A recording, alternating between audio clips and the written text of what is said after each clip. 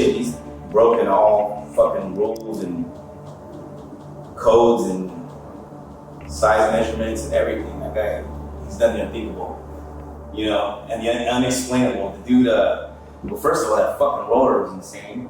I think in the LA River. Right. That was just, there's no words to describe that. To have the vision, right? The fucking vision, the drive, the dude's got so much, man, that takes a lot of muscle. And he ain't even buff.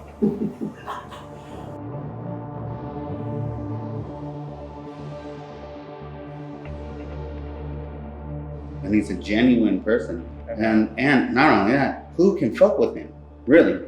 Like, who the fuck can fuck with that dude? Right. You know, like, he's fucking, he was under me, not me as a wing, but underneath my fucking, he was like some toy at first, you know? But, dude, he snapped it up once, met up with Bless, and it was over, you know?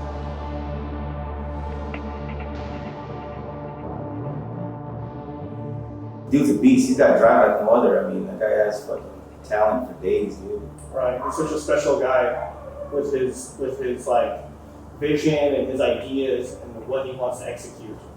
And he's able to pull it off, unlike most people. He can just make it happen by like a will of power. There's like a formula in his brain, I think. You know what I mean? Nobody has. It just, some turn, the wheels are already going like this before he sees shit that you're just, you go up to a wall, for example, you're just already like, okay, we got to do a sketch and this. No. Wouldn't it be sick if we just did this fucking crack coming from heaven to the hell and it just starts going and it's just like magic, you know what I mean? You can't explain it, you can't repeat it, you can't duplicate or replicate it. It's just like, that motherfucker's on point with everything, you know?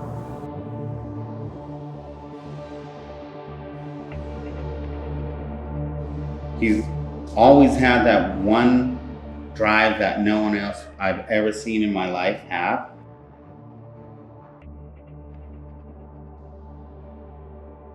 If anybody questions history in graffiti, he's beyond that. Like, why would you even question that kind of shit? The understanding of what he wanted to do compared to mine was fucking uncomparable. You know, like, it just, there's nothing, that's a fucking burn with rollers when people were just babies that are kings now. You know? Right. Like, do you even know how a roller works? Kind of shit. You know? I wish he was able to do that again because he fucking deserves that. He needs to be able to have the freedom to run again. Right. Because he's... Who knows? Real talk. Who knows? I know. It's frequent and it's way too frequent. And you know, to me, that's just the worst. Like that, I need that. I need to know he's still alive. I don't talk to him much anymore as much. It doesn't mean we don't talk or feel each other's vibes, like, you know, but we're all grown-ups. We all do shit, and that's what's even more tragic, is if we can't keep him going, it could be just a thought the next time, and like, fuck it, why stay? You know what I mean? Yeah, I know what you mean, man, for sure.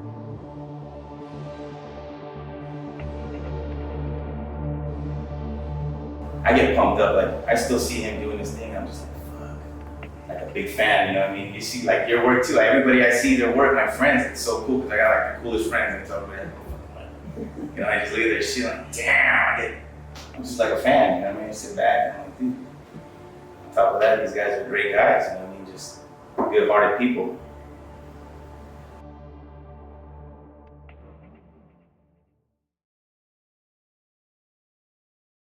This is real personal shit, you know what I'm saying? Like we gave our lives to this shit, you know, like people talk about Van Gogh's year. It's like Van Gogh's one of my favorite artists of all time. And it's because of his struggle is right there in front of you, you know, and he produced a beautiful, he used his process as opposed to fucking going nuts or being bad. He used his process to create something beautiful, you know, something to last the test of time when you see this man struggle. And like graffiti is like the outlet for all the the mishaps and the misfortunes and the weirdos and the fucking fuck ups and the sociopaths and the fucking, everybody who needs an outlet that can't find one. Graffiti's right there for you, All this other shit is because we have to. But the act of going and doing it is what's most important, because then it's the real thing. It's put out into the public without a purpose other than to express yourself in a rebellious nature. And however that comes across is how it comes across.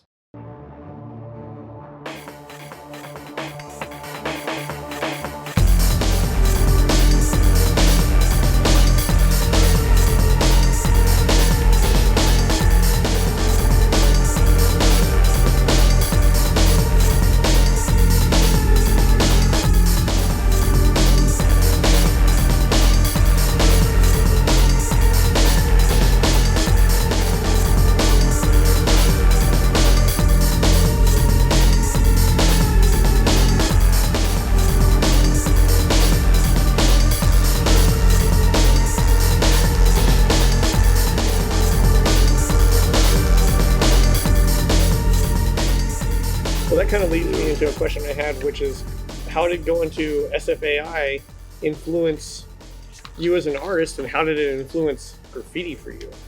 They had no influence on me whatsoever. I was more concerned with making sure I had a scribe in the bathroom that lasted than getting anything out of the school. I had no connections. I had no friendships. It was just spending God amount of money just to have a weird little studio around a bunch of fucks. And there were a couple good kids there, but basically the one teacher was like, look, you don't belong here. You need to just stop coming here. And that was because I couldn't be contained. Graffiti came first. I wasn't worried. I mean, I wanted to make art. At that point in the school's legacy, it was just a big scam to pay for wealthy kids to have a studio. Like, that's it. Now, if I wanted to get into theory and I wanted to immerse myself into more theory, I could have hung out with some weird professor that might wanted to fucking lick me or something, and we could have talked about theory and maybe done some fucking mushrooms together or something. But we were creating fucking theory, you dickheads, you know what I'm saying? Like, they want to talk about theory. It's like we're fucking making it in real time. I'm like, fuck this goddamn school. I was more concerned with dissing the fucking mural out front, because Kev painted it after we fucking stomped his fucking head in, to be like, I'm more goddamn worried about dissing that fucking mural than I am fucking worrying about talking to my goddamn fucking professor who's trying to tell me about art, who doesn't even pick up a fucking paintbrush. I don't care about your fucking theory. Like, your theory means nothing to me. We'll burn it to the fucking ground if we have to. And that's the point, is we already did it, because what we do is considered riot. What we do is considered fall of fucking Western democracy, is fucking vandalism on their goddamn pillars. And that's what the fuck we do. And we already did it. We already fucking risked our lives. I have this fucking machine in my goddamn body because of this shit. And I'm glad to be alive still because of this shit. You know how much fucking PTSD and gnarly shit I'm still fucking just acknowledging all the shit we put ourselves through for this fucking movement. The fucking bodies that were on the ground. The blood that was covered in our fucking heads. It's like, at any moment I could fucking just start breaking down on you, just because I'm just remembering all the shit, all the lives, all the people. And they're fucking gone. Our legacy is already gone. It's already gone. Like, I know we're worried about that wall in the corner, but that wall in the corner means nothing anymore. I want that wall in the corner. But at the same time, it's over. And it's because we already did it. So if we try to redo it again, it's gonna be an unnatural version. Because number one, I'm an old fuck now. I'm 44. Like, okay, that's considered young to some people, but I already lived 10 lifetimes. I'm already killed off 9 fucking cats. So it's like, I'm so lucky Dude, I died 8 months ago. I went through fucking 2 rounds of being resuscitated. I've been, dude, I can't tell you the fucking shit. I mean, IVs I've had in me in the last 3 years. My veins are fucking clogged because I've had so many goddamn IVs. Dilaudid is a good drug, bro. I like Dilaudid. Dilaudid is great. Morphine is garbage. I like to throw up. And then give me the Dilaudid and we're good. But that's, but I'm fine with it because fuck it. Because we went through it. I sacrificed those things for the love of putting color and motion on walls. And I have to see patterns. I have to see history buried underneath walls.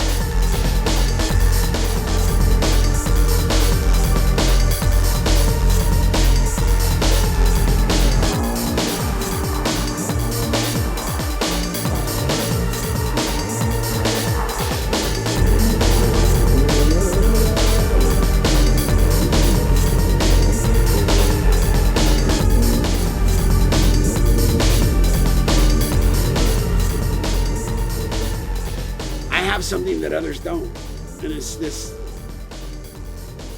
I know how to make a certain kind of music, and it comes from nowhere, and I can't stop it. And it's colorful and it's beautiful, and I can't get enough of it. So, like, it hurts so much. I can't get enough. I can't keep up with it enough. I can't ride the wave fast enough. My body can't keep up with it. And I wanted to prove that early. I wanted to prove to the rest of the world that my body can't keep up with the energy that I have to offer. And that's one of the reasons why I painted the river piece. One of the reasons why I hang off bridges. But at the end of the day, it's another reason why I'll sit there when I was young and spend 60 hours on a photorealistic painting just to prove that I can do it and all that shit. Now it's about how to survive and what's the next, what has the most nutrients in it? What means the best? Because at the end of the day, I've learned to survive this long without them.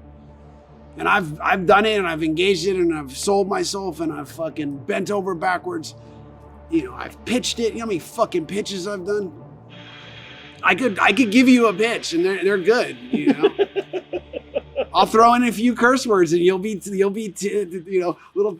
little tickled by the fact that I even had the gall to throw in a bad word.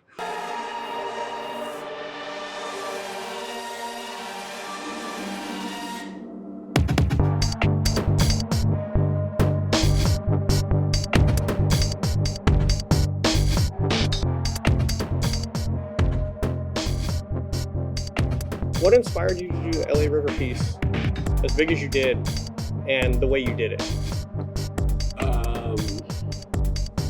It starts with Albert. Right. It starts with Fate. Because Fate and Chunk and Fate was on a mission to do a big piece, and we just kind of discovered the whole aspect of way too much latex paint for the world. So that was the Home Depots and this and that, so we could start stealing and getting access to all this huge amounts of paint. So all of a sudden Fate discovered gravity. The whole concept of oh shit, and you can spread it because we have the riverbanks. So he did the first big piece, and then I just wanted to try my best. It just kind of once I set a path towards something, I have to finish it no matter what. It's I'll kill myself to the end, So that was kind of a test to myself, I guess, to see once I started it, it just took on a life of its own that I had to catch up with. Because it was all out in the open, so if I didn't finish it, the whole city would see it. Be like, man, that guy. And then if I got caught slipping, then I would get ruined during that process, or if it got dissed. So it was I put myself out in such a huge vulnerable position because it took so long. I love that because it mirrors what a lot of artists have to do is you have to expose yourself, right, bare to the world. But yours is even an intensified version of that realistically, because most people do that to a canvas and then they present finished work Right. to the world and say, here I am, world, this is what I look like. Right. But for you, you're like, here I am in the process, which most artists hate, myself included. You start a piece, you're inspired, you're excited, you get halfway through and you're like, this is dog shit, I'm dog shit, this is going to be a complete failure, I'm fucked. But now that I'm in it, I got to finish it, god damn it. In that point, there's no turning back. Right, but that's pretty amazing that you're in that moment of like, the worst part of creation in the middle where you're like, it's not going to work, this thing sucks, it's not looking good. I don't want to start over because I already put too much work into it, but I don't want to quit because I'll be a fucking loser and I'll hate myself. So like, I got to do it, but you're in that moment in a public forum. Right. But that would be nice if it was just all about the creative process. It didn't also involve the police, detective, investigators, Premier Flats wanting to kill me, fucking all the kids that wanted to catch me slipping, the cracked out schizophrenic homeless dudes with pulling knives out of their assholes. The fucking guy I saved one time where he dragged me into the river, ripped my shoulder out of socket, and I was stuck in the fucking river with one arm trying to save some other guy. And these kids saw me and threw me a fucking line and dragged me out. The other time, the schizophrenic fucking nut dude, I was scared. I was all by myself, and this guy rolled up on me out of fucking nowhere. And he was having a full-blown, like, psychiatric meltdown. And, like, it was just me and him, you know? And it was just in the me river, and him. which is already, like, such a violent fucking, like, sketchy spot. There's nowhere to go because you have to, there's all these gnarly fences. And the Metrolink's right there. So I had to constantly drive from Thousand Oaks to all the way down to the asshole of the city and keep cutting holes in fences. So I would just go 1 week and just cut periodic holes through fences and then just leave them. And I would just maintain different holes through different fences because the area is so dangerous. Just hopping the fence alone, you'll get shredded by the razor wire or get caught slipping because there's just so many different people that want to catch you. Like just to get the photograph of me sitting on it, because I put my parents through hell. So I was like, all right, Dad, I need you to take a photo. So I'm gonna take you somewhere. Here's the rules. If I say run, you have to run. So I took my dad, who, you know, all right, let's go take a photo, son. You put us through hell through all this. Let's go see what you did. So I take him there and I say, all right, you got to be on this side of the river. You're all alone. You're all by yourself. I'm going to be on the opposite side. It's going to take me about 25 minutes to get here, to get to this spot to take the photo.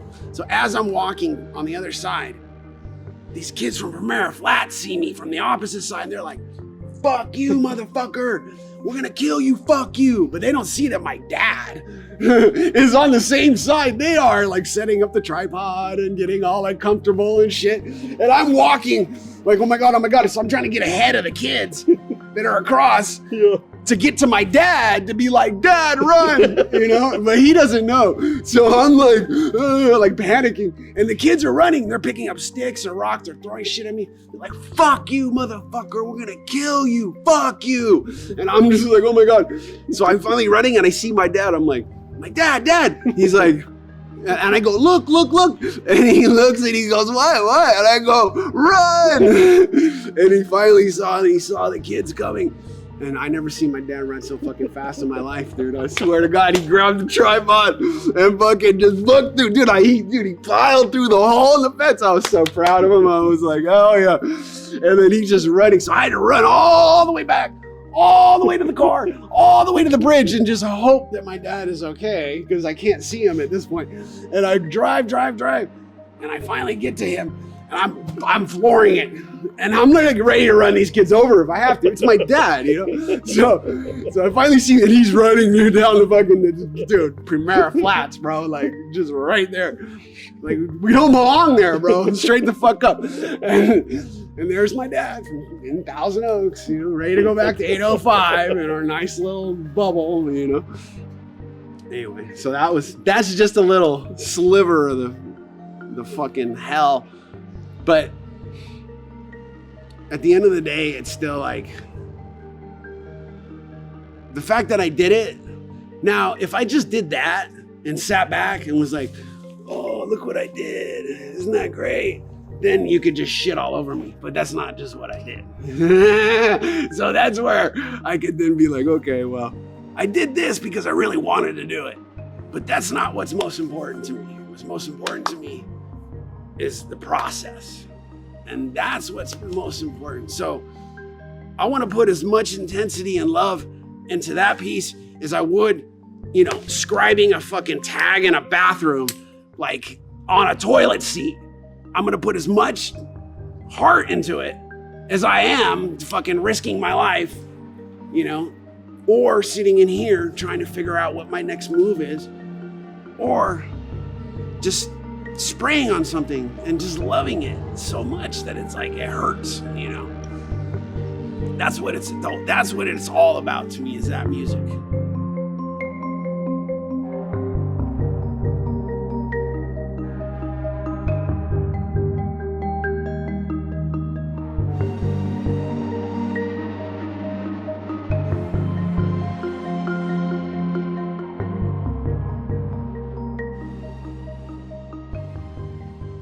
Who or what are your biggest influences in art? And what do you do to stay inspired? I guess I can't say one particular influence because they've all been throughout a course of where I was at that time. So it's like, absolutely. At one point it was like SABER Ollie, and then now I look at this shit and I'm like, dude, I'll fucking burn all that shit at this point, dude. I had a seizure in front of the Gaudi Cathedral once in the middle of the night. That was wild. Waking up, wrestling fucking ambulance in front of that thing. I thought I got teleported. I thought the Gaudi Cathedral teleported me, dude, because I just got off the plane. So all my memory got wiped clean. So I'm like, how the fuck did I end up in Barcelona in front of the Gaudi Cathedral? Like, this is insane.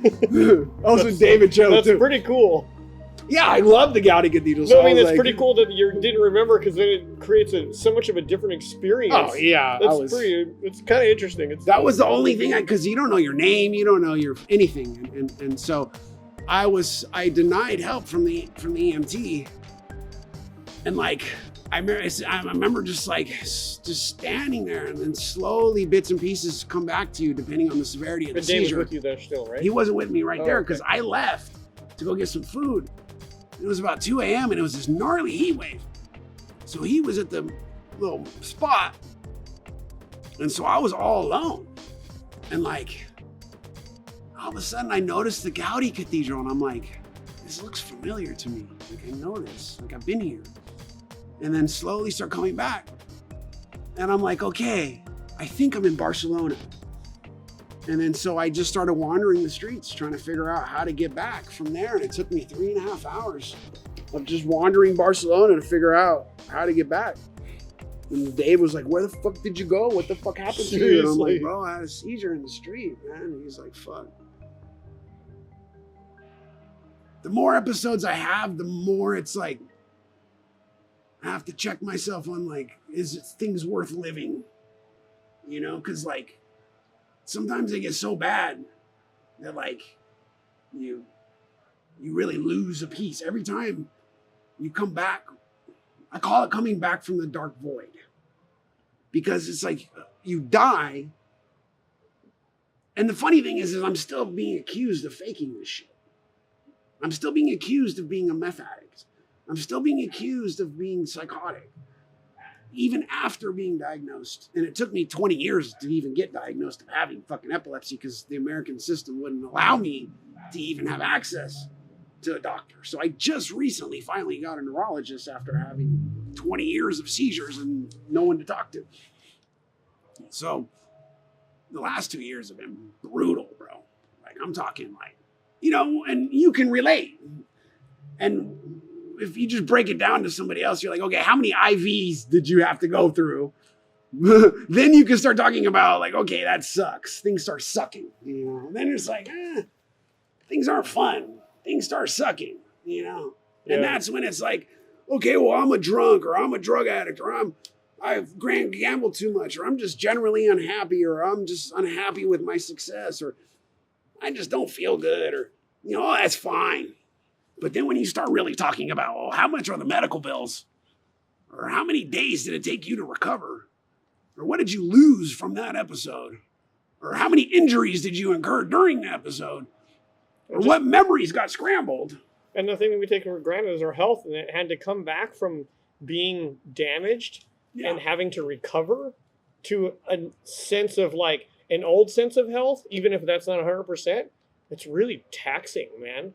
And it really like puts you in it for me, it places me in a space where you're like, man, life's pretty temporary. Yeah. And then it also is like, I got to do a lot of hard work just to get back to what I used to think was like my given normal thing. Like, this is my life. And you're like, but is it?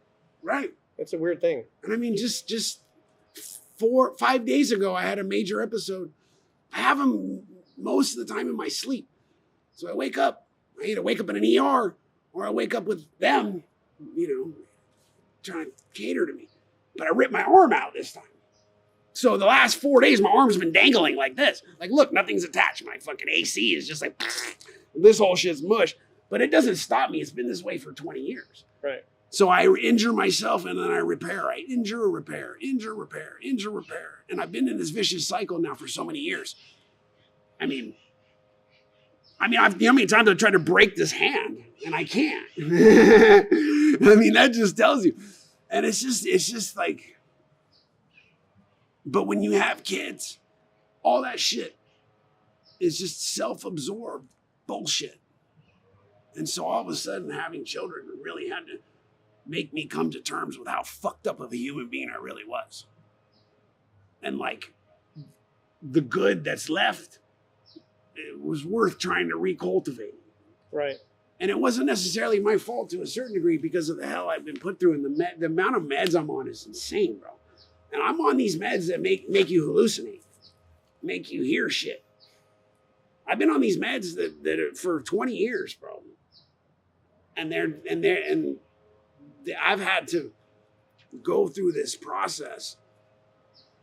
One thing that happened to me at first was I have the sensation that I recognize everybody's faces. Because I already have a hypersensitive thing about faces and hyper awareness and hypervigilance and all that shit's, PTSD shit. But the facial recognition thing is like, so I have a talent for it to a certain degree. It's weird. But so after an episode, I'll have the sensation that if I look at someone and I look and I swear to God, I know them. So it's like this feeling that like, it's like, that feeling when you haven't seen anybody in a long time. And you're like, oh, hey, like, what's that person's name? That feeling, picture that feeling not going away. That like, it's like, what's the feel? That just staying there for 2 weeks. So it's like all of a sudden I look at people and I go, I swear on my bones, I know you, dude. So I've had to come to terms with 20% of the time I'm actually right. So that's what fucks it up is I'm really good at. So I actually do notice people. And this is, I've had these episodes realistically 3 weeks for the last 15 years. I've had one of these episodes, like major episodes. And if I have clusters, I'm dying. So like I'll have clusters and I'll wake up 2 days later in the ER. I've woken up in the ER so many times, I'll show you. I mean, that's I have it in there. I've saved them all. I rip them off. It's the process. So I actually saved some from all the times that I get all the stickers and shit. And I go through this ritual of every time I have to come home from the ER, I have to rip these things off. And it takes your hair with you and some skin. And if I'm lucky, I'll get an IV and I'll sneak an IV out. I usually have to cut the thing off and snap it and stash it because they usually want those back. So if I'm lucky, I'll get all those. So I have a pile of them that I just tape on as part of a ritual. And eventually a face popped out of it. So it's this little devil that likes to torture me, He's this little demon, dude, that's like finally showed his face, like he has a face now. He's kind of cute too. Excuse me. That's really interesting. When I was in the hospital for such long periods of time, I was much younger than you, so I didn't have the same kind of, developed ideas about what life is, what I want to do, who I am, any of those things. But I definitely had senses of being tortured, senses of being held against my will. I had a lot of fantasies about escaping. I looked at it like the hospital was like I was in jail. Wow. And I kept thinking about ways I could escape. And even as an 8-year-old, I would think, okay, I can wait until this time of the hour roughly, and I can go down these hallways. And then and if I can take the elevator, I can go to the spot, and they have the nurse's desk there, and I can crawl on the floor past the nurse's desk so they can't see that I'm there. And then I'm going to run out on the street. And then I was like, I don't know where I'll go, but I won't be here, you know? And so that's like too much for a child. But I can understand like that. It's hearing you talk about that. Yeah. It's got a lot of like parallels between like just the having to endure, Right. you know, having to negotiate this stuff that's so heavy, but you're there, Right. you know, you can't escape it. You can't be like, oh, I wish this wasn't happening. It's like, well, fucking keep wishing, you know, like it's not going to change anything, but it reminds me of that. Like when you said devil, it has like a parallel that I could see with that. I never visualized that or thought of it in that way, but it had a thing. It had a thing that was like this ominous presence of hospitals. And when I go to a hospital now, I can't stand the way hospitals smell. Dude, the way hospitals smell for me is like, immediately I'm like, I don't want to be here. I don't want to be here. Because I can smell it right now. Yeah, man. When I think of hospitals, it's just like, nothing good happens in hospitals. It's only, for me, surgeries. Well, it's a lot. Yeah, no, I know. I can endure it. You know, you give me the drug, I'm fine. Just coming home sucks for 2 days, and then you're good. The funny thing is people want to talk about the art. But it's like, I make art because I have to. I make art because it's like the thing that keeps me centered. I make art because it's what feeds my family. I make art because I feel insufficient if I don't. I make art because it makes me feel the best. I make art because it gives me those little pieces of life that I have access to that others don't. But I can say with confidence what I've already created, even if I never create another piece again, something will stand the test of time. Something. And that's one of the reasons why I got the tattoo from you, was so I had like a shield of sorts. And I got it, my whole point was so that when I die, we skin it off and stretch it on canvas. And I got it written in my right of attorney that when I die, hopefully somebody somewhere will skin my fucking back piece off and stretch it. You know, but I don't know if we'll find anyone, but you know, if we will, if anyone's out there, hey, any of you sick tattoo fucks, you want to make a clause with me? If I die, I need one of you to skin off my fucking back, my grimy piece from like, what, 98, 99, no, 98, 99. Yeah, I think we started 98. So come on, you know what I'm saying? Like this piece, you know, I mean, give me first a break. tattoo. Right? Yeah, my first tattoo. Fucking, here I am. I don't know shit. This guy's got a fucking shop, and I'm like, hey, just give me your back piece, bro. That's pretty sick. I was like, I was sweating him, dude. I had no idea. Like, please, I need this and this and this and this. I had no idea. I was just like, man, if we start and this guy sits like shit, we're fucked. Yeah, I loved it. I loved the pain. And it was amazing. We started and he sat like a rock, just champion. Let's talk about like when you were really still going hard in graffiti. That was hard. What that did to your brain with the fame and the pressures and the notoriety and that. What did it do to you? Well, the first thing was,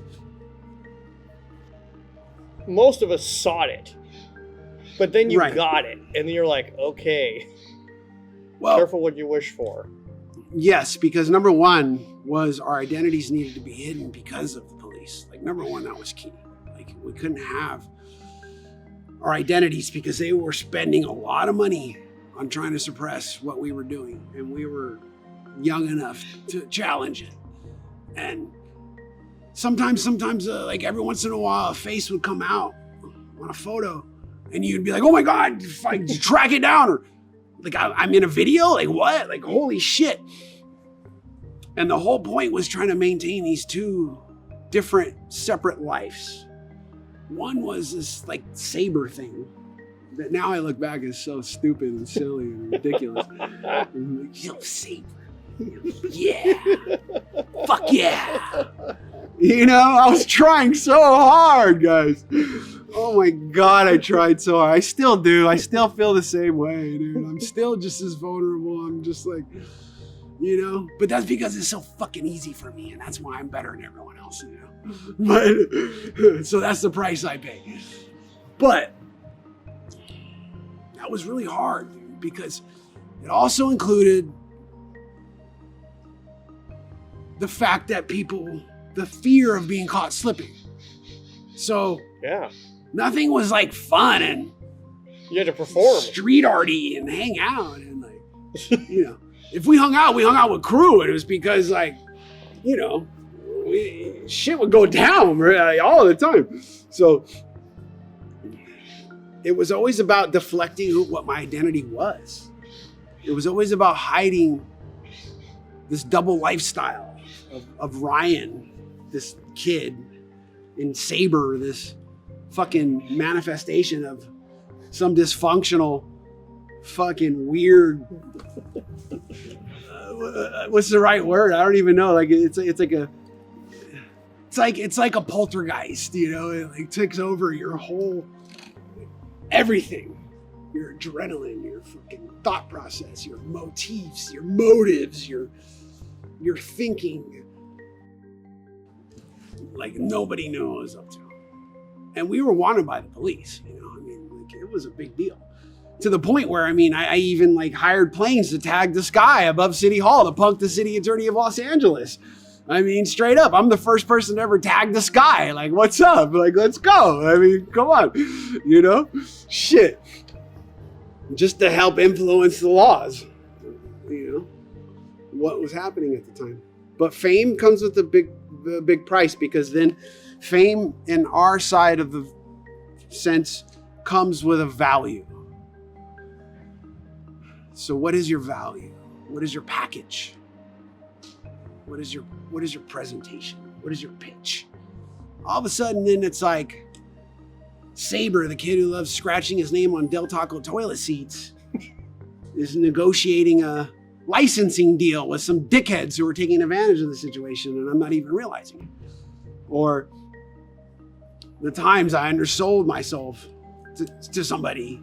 Right.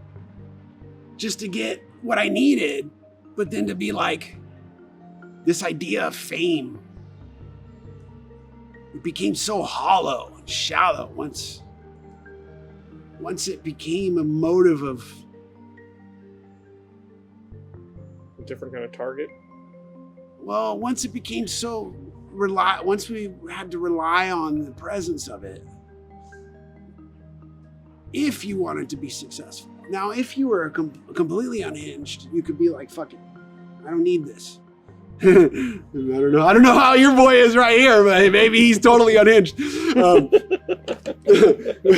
But so then all of a sudden, like, we're the first to experience this discourse, because we're the first to experience having a social media platform in the public already presented that wasn't digital, to then have all of a sudden this digital platform.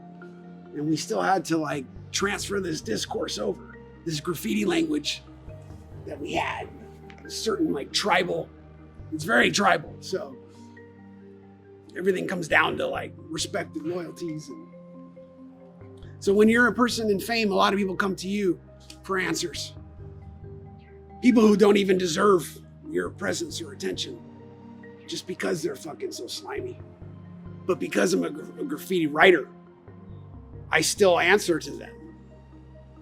Because at the end of the day, I had to earn my legacy with each step forward. Like it had to climb each hill, each mountain. And the fame became so distorted when social media hit. And like I said, we're the first to experience this. We're the first to have an Instagram account. We're the first to have a Facebook. We're the first to have a MySpace. We're the first to help create this discourse, you know? I find a lot of information that I find interesting on there, so I use that. But fame is a weird thing, dude. And I wouldn't say I'm even famous. because that seems so weird and shallow, because fame, to what degree, is only reflected to like the world you've created. So Right. the world that I created originally was not supposed to be for me. Right? It's this other person. It's this character. It's this myth. So then all of a sudden it's like now Ryan comes into play, you know?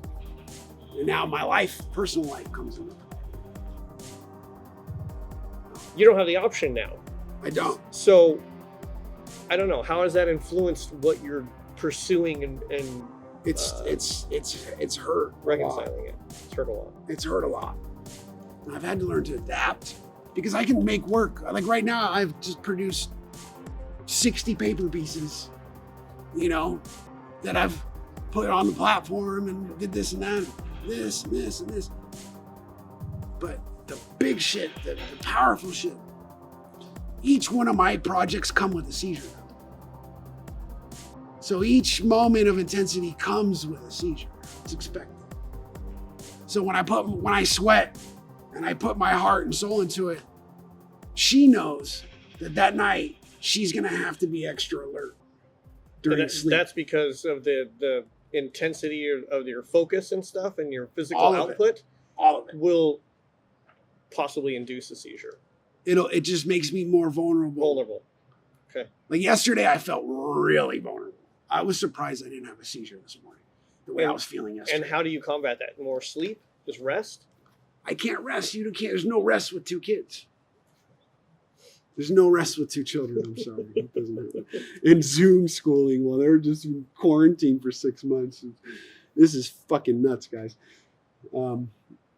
As a parent, this is really hard to Taxing, yeah. Try to I can't create even a imagine. perception of the world that's not frightening for them. I wish I had the success and that access to those resources. But I knew that I was never really fully prepared for it because I'm so self-destructive. There's a lot of shit I gotta work through still. I hope I can live to see it. But it's hard because I am constantly reminded, fuck you. So like, Because of your health. I'm having these grand mal seizures in my sleep on a constant basis. And so my body was broken and then the pressures of the world and finances, and all this art, the toxicity of the art world is just disgusting, bro. So you have to be ready for it, you know? And so it was impossible to move forward in life. And so out of nowhere, I get a phone call from this guy, Nate. Calls Megan's phone. He's like, there's SABER there. So I said, who the fuck are you? You know, I've already given up, bro, you know, like at this point. And he's like, I'm Nate from the Epilepsy Foundation. And I'm like, all right. What? Fuck you. I'm thinking this is a collector because I get all sorts of medical bill collector people. He's like, no, I'm really Nate from the Epilepsy Foundation. I heard you're having a problem. I'm like, yeah. And he said, well, maybe I can get you to a doctor. So he got me to a neurologist, and then they determined that I was fucked. They were like, you're fucked. Your last option is this fucking machine they're going to put in you. So now I'm a cyborg, which is kind of cool. So going through that process, going through that surgery, gave me a false sense of hope, which was a lot better than no hope at that point. So I'm still having the seizures. The fucking EMTs, the 33 fire department, they'll come by with their trucks and bang on the door. But hey, Ryan, how you doing? You all right? You know? I mean, they've wrestled me out here, ripped my arm out one time. They thought I was cracked out. They fucking wrestled me for 15 minutes out here. I don't remember any of it. Right. You know, they've picked me up at least 100 times. But so I had the surgery, and since then I've been given, I'll accept it as a false sense of hope. Because now I got this cool, sexy voice. So, so I like that. That's cool. Fucking, it hurts. I'm getting grinded right now. It's just frying the whole side of my head. I mean, look, you can see the cord. There it is. Dude, shit. Look, I got this fucking pager like right in my chest right here. Look at this thing. I like it. Let's go. Fucking feel this thing. Look at this like straight pager. Damn, dude. You know? That's bizarre. Fuck it. Dude, I'm straight hooked up to a machine. Dude. They can give me data. How do they download it? Like Bluetooth like style or? They got one of those, and they got one they hook it straight to their own little thing, and it gives the whole graph, everything I've been through. Wow. Everything. Yeah. It's wild. So yeah, so at least it feels like it's gotten better. Because even I'm still having these goddamn seizures, but it seems like. Are they less frequent now because of the implant? To a certain degree. Okay. They come in waves, but the severity of the ones that I was having 8 months ago up until were so bad, it was like even the doctors are like, we're surprised you're still alive, at this point. And like I said, you would never know this shit because I look, and this is just so like fascinating about this condition is like, and this is why Megan tries to kind of put these things onto me. And she's like, think about all the great people that suffered from epilepsy that were considered great because they had this untold connection to something that was unheard of, that was misunderstood. So it's considered to a certain degree this, you're tethered to this wild gift, spiritual nature of sorts. So I've been through on these journeys, and I have record of them. I got the face in the studio right there to show you. And I've been on these journeys, and there's these journeys where I'm forced to leave and come back. And I'm always injured. I'm always hurt. So there's a price to pay. They're never nice. The last one apparently was so fucking exorcism-like. And I've seen one of them because they film you when I was going through when they were inducing them. I got to see myself have a seizure. That was definitely the most ugly. I've seen people dying. I've seen people shitting on themselves. I've seen the insides of guts of rotting fucking animals, whatever, My best friends with tubes coming out of them, squirting pink shit. I fucking, you name it, whatever. Shit hurts. I had a surgery on my face once. That shit, they reconstructed my sinuses. Oh my God, that was, the shit that came out of my face during that one. But this was different, bro. To see yourself have a seizure, to see my face contort, to see my body contort like that. It was almost satanic to see. I don't believe in God and Jesus, all that shit, but the word satanic like is a good word. You know what I'm saying? It brings the right feeling,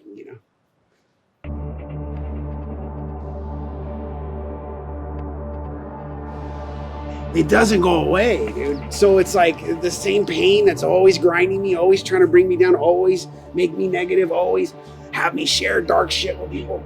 It's the same feeling that they're attracted to because I'm doing all these paintings, this beautiful work, I'm doing all this stuff. So it's like I get to engage in this feeling, this moment, this state. Right. And very few people get to engage in. It's like a dark magic. It's a dark magic. Especially graffiti. And fuck all the other shit. And cut hip hop out. Cut everything out and just strip the graffiti. The esoteric nature of it. Of taking letters and the mathematical structures of letters and going to the point of OCD exhaustion for years on end to understand how to twist and turn letters into an actual justifiable format. To where you bring it to such an esoteric state of wild style that no average person could ever understand or read it. Yet, it's that individual's 15, 20-year path to get to that level of twisting those letters to such a degree that it's a hallucination. It's fucking visual kung fu to the point of dropping acid and looking into two mirrors at once and never turning back. It's real kung fu, bro. It's real visual structured building process. And so you either follow the act, so you do whatever letters you do, but the fact that you did it illegal makes it good, makes it valuable to that degree. Or you're so talented that you did it wild style, and you follow the esoteric nature, which is in all this secret language that nobody's fully ever really looked at and broken down in its own sense. Some of the New Yorkers have done it. You know, there's characters like Mayor who's really sees the big picture. There's phase 2 guys. There's mode 2 characters. There's a bunch of people out there that want to thrive on the esoteric nature of Futura. Futura's the Lord, you know. I mean, Futura, the Lord. Lenny's the Lord, bro. I love Lenny, man. So for me, it's like that esoteric nature. I can feel it always.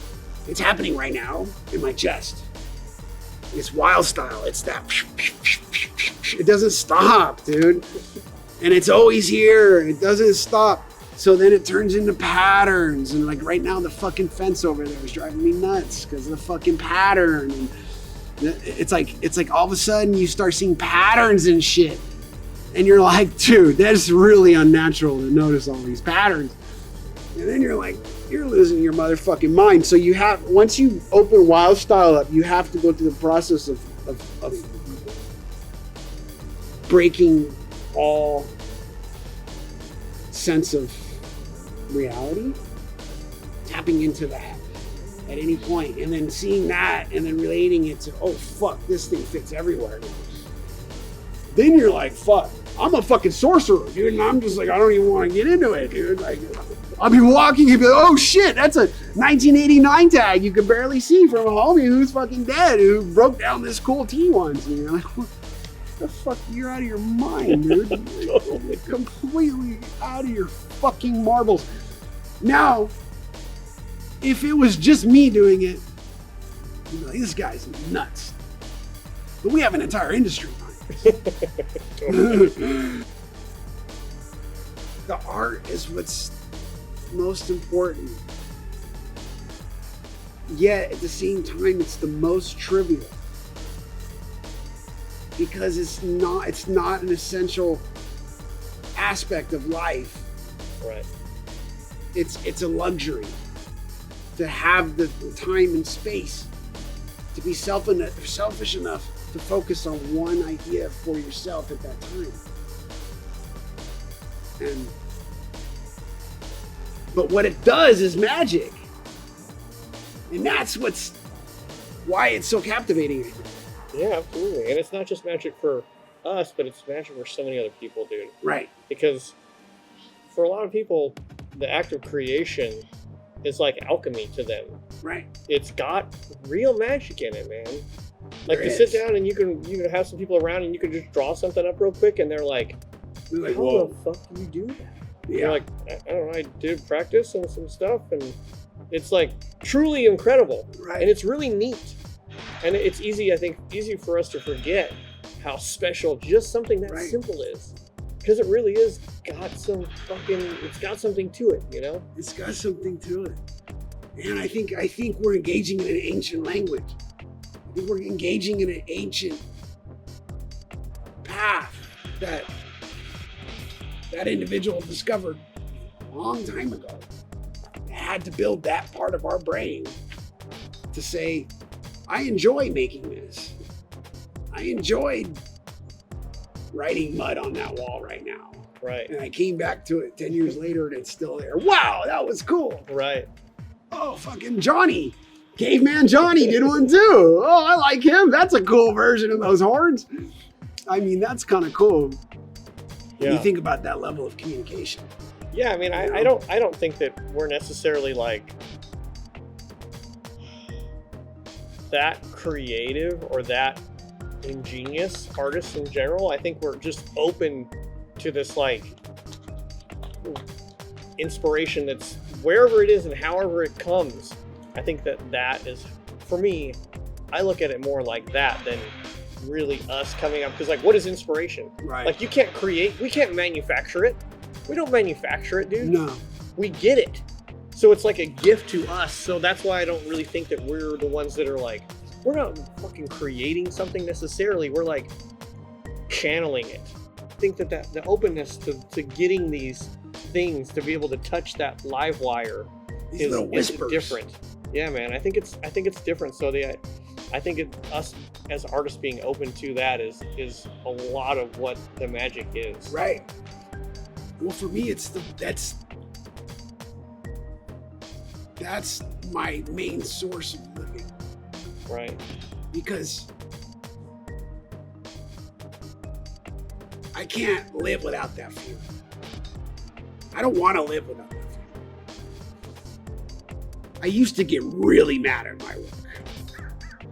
Like snarling mad at my work to the point where I would just like, I would destroy it into oblivion just because it frustrated me so much. But it doesn't feel that way anymore. Like now it's so easy for me that it's like, it just does it. I can't stop it. It's like, I have to know now when to stop it. I have to tell it no now, as opposed to me going like, where are you? You know, he doesn't leave me alone. What stops me are my circumstances. Because a good example of that is my old self. You know, it's like I was unstoppable. Right. You know, and I could endure all that. You know, it was fun. I like getting my face scanned at fucking SFPD fucking line. Fuck them, dickheads. You know, like the adventure is wild, bro. The adventure's been wild. That's what's been cool too. It's the adventure. Absolutely. Well, like yourself, I hated my work for a real long time. I fucking hated it. I hated all the tattoos. I thought they were shit. I was like, you know, I've been tattooing 10 years. I'd be like, I don't know, I've been like 5 tats. Like 5 tattoos I think are good. Yeah. You know, be like, I like these. The rest of them, whatever. Yeah. You know, I couldn't care. Couldn't care at all. I feel So that I way. get it. You know, I was definitely very disappointed with what I had done, even though I had put everything of who I was into them, which was also frustrating because then it just made me feel like a fucking loser, like an idiot. Oh yeah. You're like, how can I focus so hard for such a long time and still produce such mediocre shit? It's insane. It was just like, fuck, you know. The loser aspect like, of all this is it was just really... like, I must overestimate my abilities and my talent because it's not meeting what I'm seeing with my eyes, you know? The whole loser concept really plays a big role in all this. You know what I'm saying? Like, that's a huge part of the process. It's all that doubt, self, well, that's, I mean, emotional mutilation. Yeah, that's a big driver, right? It is a driver. Because it's an ego, you know? We want to prove, we want to show, we want to, you know, say, hey, here I am, this is my voice, this is my talent, this is what I can create. Well, and that's the toxic side of it. Sure. It's all that emotional self-mutilation, the other side of ego. One day he's puffed up, the next day he hates himself. Sure. And it's like, graffiti's special. It's also the lowest of the low. It's the most disgusting, vile garbage of society is graffiti. Because it's considered offensive. Trash is considered neglect. You know, dumping is a crime. But trash is considered neglect. But graffiti is considered, you know, a crime. It's considered an offense. Yeah, it's a criminal act. So, and that's just all perception, because at the same moment, that same kid who writes his name on that wall next to the homeless encampment, that's completely criminalized. Yet the system that created that homeless encampment is completely fine with the vicious cycle of the homeless encampment. Totally fine with spitting and shitting those people in and out. But At the same time, we can criminalize them and we can criminalize that kid that did that graffiti. And they can both funnel into the vicious cycle of profiting off their efforts in life and time. And that's where we are. The only way you fucking win in this place is if somebody's got your back, or you got a pile of money stashed, or you have an incentive to offer. Otherwise, you're fucked right now. You're fucked. You're fucked. Think about it. If you have no savings, and you're unwell, and you have family members that depend on you, think about where your life is. And all these motherfuckers are criticizing those people. I'm not wealthy, so I could say I work for what I have. But I grew up privileged. I didn't grow up rich by any fucking means. But I grew up in a place where I was privileged as opposed to some other people that I knew. And I was able to see that and take advantage of it, quite frankly, because I saw how the naivety, or a proper way to say it, in American society, in the suburbs, and how fucking Detached and self-absorbed. Vapid. I mean, we created a fake gang called Gremlins as a joke, and would just do gang graffiti everywhere just so they would create a hysteria that they thought there was some like malicious Gremlins gang running around the suburbs fucking doing gang graffiti and moving bricks of cocaine, or so we were just bored, so we wanted to spray paint gang graffiti on shit. I think at one point we made the most wanted list or some shit. It's just graffiti. There was no crimes. We were bored. I was trying to get laid, and I wasn't.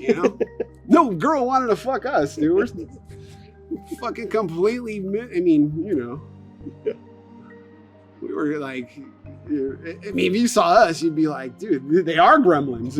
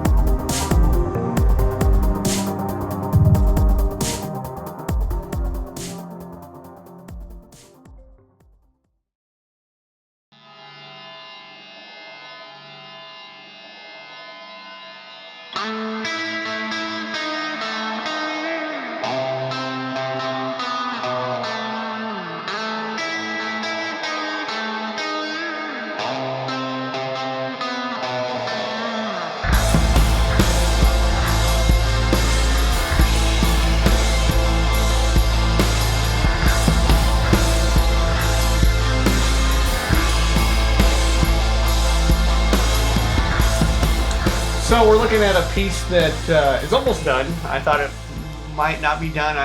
If I can, Dave's local, so I like to have my clients come back so I can get an assessment of things I might like to change or touch up, or just refine more. So I knew that I wanted to have one more small session to address and refine parts that I felt needed it.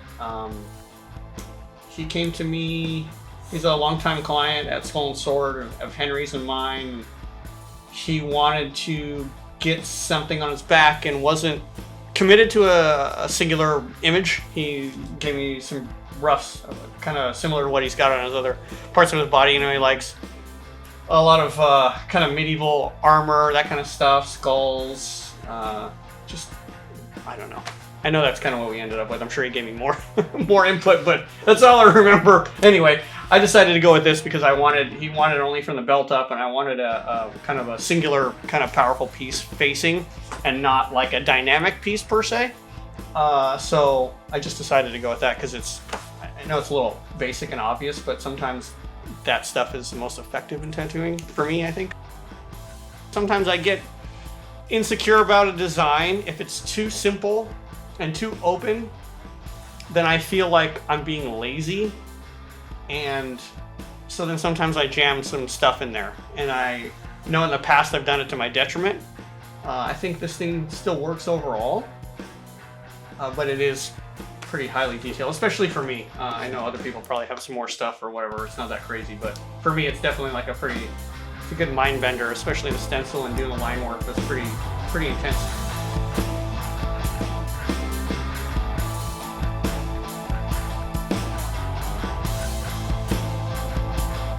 I think for me with belt up, I don't ever really want to do a background because I don't think that it really works the same way. I think background, especially when we're talking about like Japanese influence background, really needs to be laid out in a large space. I don't think you can really do an effective, for me, my taste, I don't like it. You know, like if I were to do a bunch of spiral clouds behind here and then stop it here, I think it would look a little goofy. So I prefer the open aspect of no background or like a real simple light background if we're going to do anything on a belt up, just for the sake of, I don't know, the overall look and impact. I think one of the stronger points of doing a belt up back piece is that they work in a public space a lot better than a full back piece, like something to be like, you know, Japanese down to the back of the knees or something, that you don't have to disrobe to fully communicate what's happening in the piece and to give you the overall impression. This stuff it's a little simpler, and I do enjoy the power of this a lot because it's a singular piece. It's almost like a one-shot tattoo, but just big.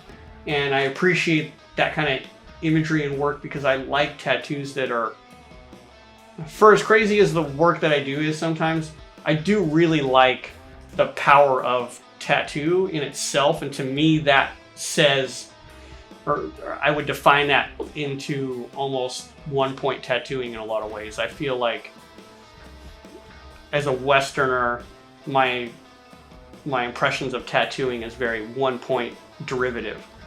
Even though that it wasn't, you know, even though my early introduction into tattooing was still steeped in a lot of Japanese and Eastern work, it still, the American and like the cultural aspect harkens to one-point tattoos for me. So I do really like that aspect of it.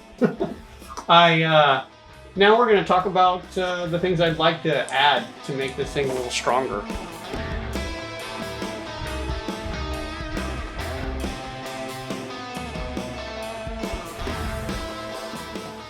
On this piece, once I looked at it being done, I thought that there were some spaces that I could create a little more dynamic play into the piece and push and pull a little bit more. Like I might make this a little darker here, and this a little bit darker, and that drop shadow, just to push a little bit more. And I think I'm going to add a little bit of a drop shadow off these legs here to create just a little bit something. I'm going to push this centipede back a little bit more right here. I think I'm going to add a little bit of a darker shadow, just like just a touch right here, kind of pull that off. I don't know if I'll put that there. Some of the stuff I'm making on the fly, but some of it I want to have, like I talked about before. For me, if I do this kind of work beforehand, it does two things for me. It lets me know that like I'm doing the work beforehand and my brain's kind of already calculating and looking at this stuff. And then I've actually physically done it. And then by the time that I go to do it again, if this marker is wiped off or something, I've already talked about it, I've marked it.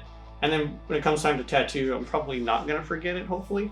So I think I think there's just a big advantage to that than just going, oh, okay, lay down, let's add some more stuff to this because, I'm not happy with it or whatever.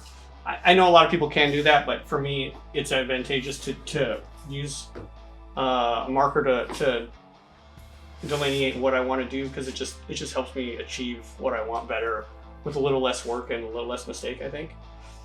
And maybe right there, I think I'll just push this whole little area back just a touch to separate. I mean, it's such a busy piece, so it can stand to have a little bit. And even if you have, I think one of the things that I learned from Philip was that you can have an area that is skin, and you can have another area next to it that's like super light gray. And, you know, if you looked at the skin and then the super light gray, kind of like whatever, at different points, they might not look that much different. But if you have it, that skin piece here, and then you have a super light gray piece here, then it's going to make a big difference about what pushes forward and what falls back in a real subtle way. And I try to think about that a lot when I'm doing stuff. Just adding a little bit of a gray in a little spot sometimes to have that subtle pushback and separation to create more contrast, more legibility, and just an easier time for the brain and your eyeball to understand what it is you're trying to communicate. So that way you don't have to figure it out per se. Your brain and your eye will already kind of compute that for you without having to think about it. And I think that's pretty important in art in general. And I think in tattooing as well, is that you don't want if you can't help it, you don't want to have your brain have to decipher, ask questions, and to figure out what it is you're trying to communicate. You want that to already happen, and then you want to be able to ask questions about like, why did you do it? Or I like this part or something, instead of like, what is that? I don't understand this. What's this doing? Why did you do that? I think that's a little harder section to navigate, you know. But these feathers here are just black whip. There's no gray, and I just whipped right, like pretty hard up to it. And I think it worked out. I've done that before in a bigger piece, and I really enjoyed the super heavy pepper that made that gray versus a dark gray had a different quality, and so then it helped me separate aspects of the tattoo. And I think that's also another fun thing to do, and I think it's also something to keep in mind, is creating texture to create space and differentiate surfaces or areas of planes that are happening in the piece.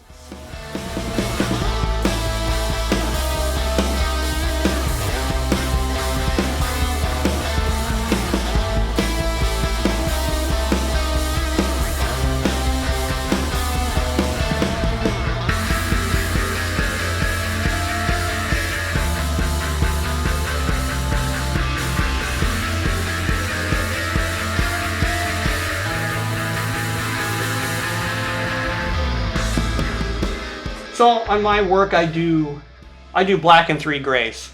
That's what I do. I have black, and I'll whip that out, and then sometimes if I want a darker area, I'll do a dark gray, and then I do medium gray for a lot of stuff, and then depending on what it is, a lot of times the light gray is, well, in Japanese work, it's pretty important on the cloud or something, but for black and gray stuff, it depends on what I'm doing, but honestly, I do a lot of more work with like a medium gray that I will just wash out, because honestly, my medium gray is not super dark, and unless I'm really working it, like I want to pack it, I can whip it and it'll be fairly light, and I can get what I want out of it to skin for the most part.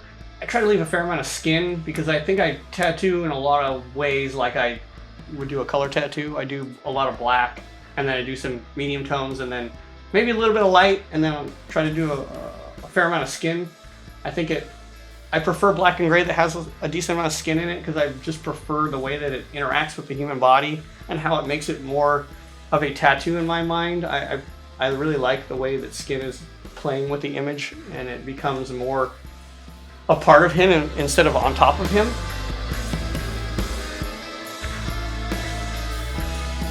Dave! Yeah, what'd you screw up? I can't see it anyway, so. You gotta put that in there. Yeah. You know, there's aspects of the tattoo that I really like, and other aspects that I'm like, maybe it didn't turn out quite as strong as I wanted to. I think that in hindsight, I would have done this scrolling work a lighter gray, or simplified it a little bit. I think this turned out just darker than I thought. And honestly, like, that might have been me dipping into the wrong gray. I might have tried to use a light and got a medium or something, I'm not sure. So anyway, I would have done that because this part is one of the most bored parts of the piece, even though You're really working in a challenging area here on the back because this is actually falling back into space and I'm creating something that's coming forward. So it's definitely hard. That's another aspect of working on backs is that, you know, when you're standing there, this part of the back from about here up is up and it's facing the viewer when you're looking at the back. So it's actually kind of larger, and this shrinks because it's coming away from you and angled. So when the viewer's standing here like at head height, you're getting this view that's really distorted from here down, and it makes this stuff smaller, and oftentimes you have to compensate in weird ways by almost making the drawing a little goofy and maybe proportionately different to make sure that you don't get this topographical pull and push that distorts the image in a way that makes it look like it's drawn poorly or inaccurately. So I think that part there, that's one of the only things as far as like how detailed I wanted to do it and how it was turning out and doing it. That's one of the only things that I think I would have like specifically done differently. I think, you know, if I was going to do another one just like it, I would just try different stuff, I guess. But there's nothing that stands out where I'm like, oh, it's horrible. I mean, maybe somebody else is going to think that when they look at this, but not me and not Dave.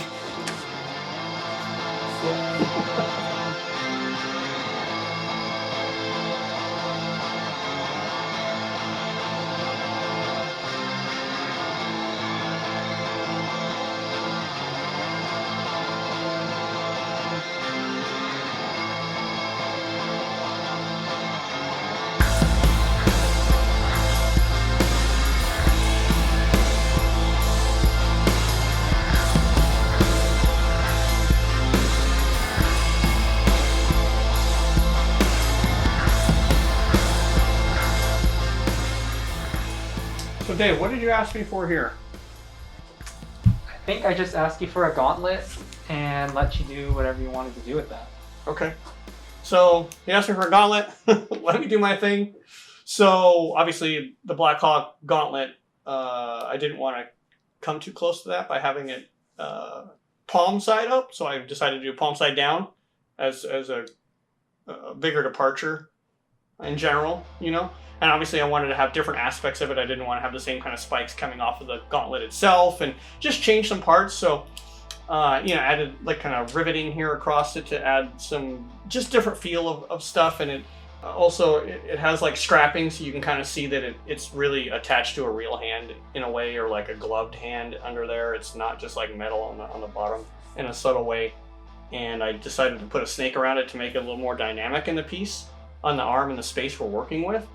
I think that if I didn't have the snake here, I would have done more skin in the gauntlet, but because I had the snake and I knew I wanted the snake to be the most forward part in a lot of ways, I wanted the snake to be light, then I went darker on the gauntlet. If I was going to have the snake like black, then I would make way more skin in the gauntlet and have less even mediums and just do like more black, a little bit of medium, and leave like a lot of really heavy shine on it to separate.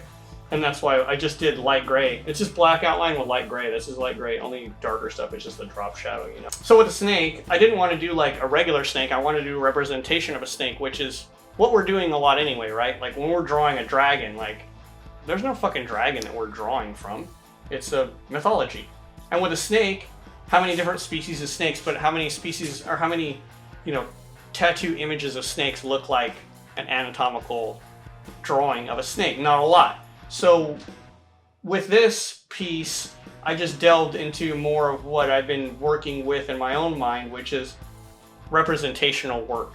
And that means I'm giving you, the viewer, the message of a snake, but I'm not really spelling it all the way out. I'm giving you what you need to understand. Is like your brain puts it together. It sees the serpent feel, it sees the bellies, it sees this cobra hood thing that you're used to on a cobra, and you see this pattern that's like reminiscent of a pattern inside of a cobra hood, and you think to yourself, okay, that's like a cobra thing, but then it's not a real cobra hood.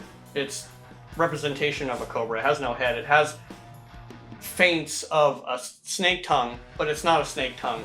It's like the exterior line just kind of goes into or whatever. It was me wanting to not get caught up in what it means to create the full snake, the expression of the snake, all these things. I just wanted the kind of weird feel of it, and I felt that doing that with this kind of harkened some kind of alchemical feel that was a little ethereal, a little not of this world, a little magical, a little different than just like, hey man, it's a snake with a, you know, whatever, something really rooted in reality and sometimes can be boring.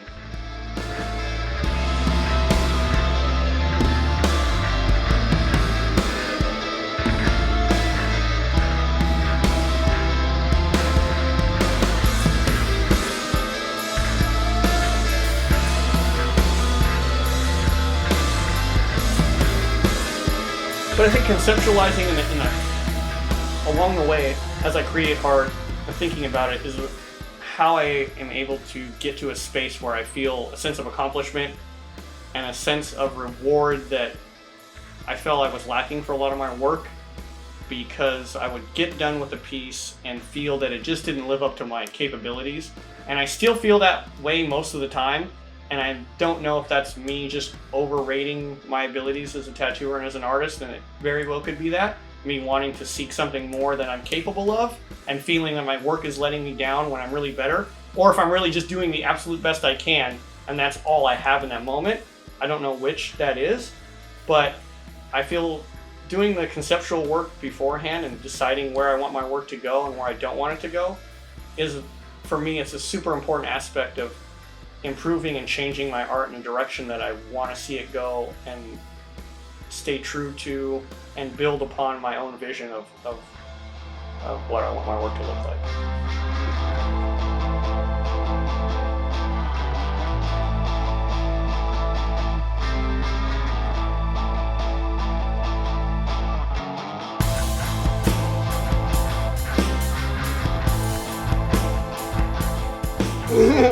Right? He's the best. He's in Calabasas.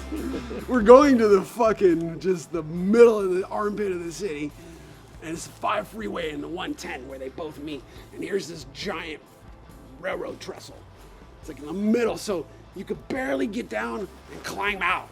So a few kids had climbed out and caught tags on it. So at that point, we were like, well, we could paint anything at any scale. So we were like, let's do upside down rollers. And then do blocks across the entire fucking trestle. Upside down and backwards. So this has never been done before. But then climb back out. And then when you're like this, you're literally, you have this much space. And then spray the outline like complete idiots. Like, meanwhile, you have to understand all the main traffic of the entire city of America. I mean, it's one of the biggest freeways in the fucking planet, is right underneath us. So all the trucks, they're this close to the bridge, create this undertow of like air, so it sucks you back. And whenever you have to use your cans, you got to flip them behind you, so you can't put the can in front of you because you'll fall to your death. So it's like you had to like learn how to. So meanwhile, my fucking roller breaks. So every 5 strokes, my roller falls onto the freeway. So my stupid ass has to get up, get down, and crawl onto the freeway. Like at least, I don't know, 15, 20 times where I'm literally dodging semi-trucks to get my wet roller so I can slip it back on the fucking frame and then get back up there. So Tim finishes this shit way before me, dude, you know? I'm sitting here struggling. So a gas tanker skids out and blows up underneath the bridge one day. So our bridge, is on every news station, burning on fire over the city of Los Angeles. GK SABER on, just burning, bro.